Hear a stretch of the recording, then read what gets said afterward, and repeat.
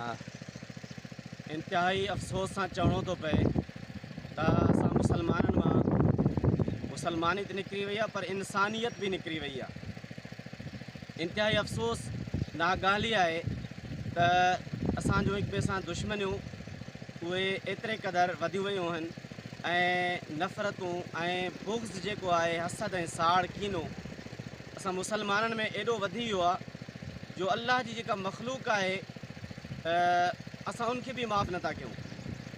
हीउ ताला आहे मुंहिंजे चाचे जो, जंहिंमें सूमर जी राति कुझु शरपसंदनि बेरहमनि ज़ालिमनि बुज़दिलनि हिन में ज़हर मिलायो पाणी में तलाउ में, जिते मच्छी जो बिज बीठल हो।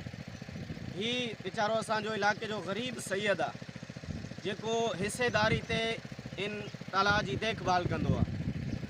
हिन वीचारे खे बि इहा उमेदु हुई त जॾहिं मच्छी वॾी थींदी त मां बि पंहिंजे बचनि जी रोज़ी कंदुमि। ऐं मुंहिंजो सौटु आहे जेको सारो ॾींहुं इहो बि देखभाल कंदो रहंदो आहे तलाउ जी। मुंहिंजो चाचो उहो बि वीचारो मज़दूर माण्हू उहो पंहिंजी मज़दूरी जे सांगे सां हूंदो आहे त हिन में ज़हर मिलाए करे तलाउ में मच्छी जो असांजो ॿिज मारियो वियो आहे। ऐं जेको मुकमल तव्हां वीडियो में ॾिसी सघो था उहो ॿिज मुकमल मरी चुको आहे ऐं को नंढड़ो ॿिज बि न हो बल्कि किलो 1.5 किलो जा दाणा बि बीठल आहे जेके पाणी वॾे हुजण जे करे असां न कढाए सघियासीं।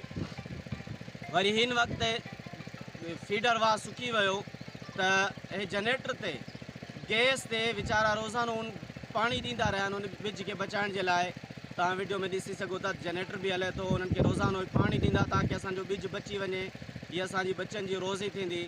पर कुझु ज़ालिमनि बेरहम ऐं दरिंदनि त उन्हनि अल्लाह जी मख़लूक मच्छी खे बि माफ़ु न कयो।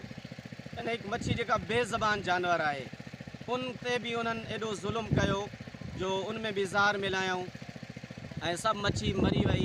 हिननि जो त नुक़सानु थियो पर अल्लाह वटि क़यामत जे ॾियारे माण्हू कीअं जवाबु ॾींदो इन एॾे ज़ुल्म जो जेको अल्लाह जी मख़लूक सां। ठीकु आहे पंहिंजा ज़ाती इख़्तिलाफ़ आहिनि त साम्हूं अची करे असां सां विढ़नि न, उहो ॾिसूं त कंहिंजे ॿाह में केतिरो ज़ोरु आहे। बाक़ी अल्लाह जी मख़लूक ते परपुठी ऐं हिकिड़ो यानी बुज़दिलाना हमला करणु ऐं पंहिंजे दुश्मननि खे इन तरीक़े सां पूरो करणु जिते अल्लाह जी मख़लूक बि लोड़े।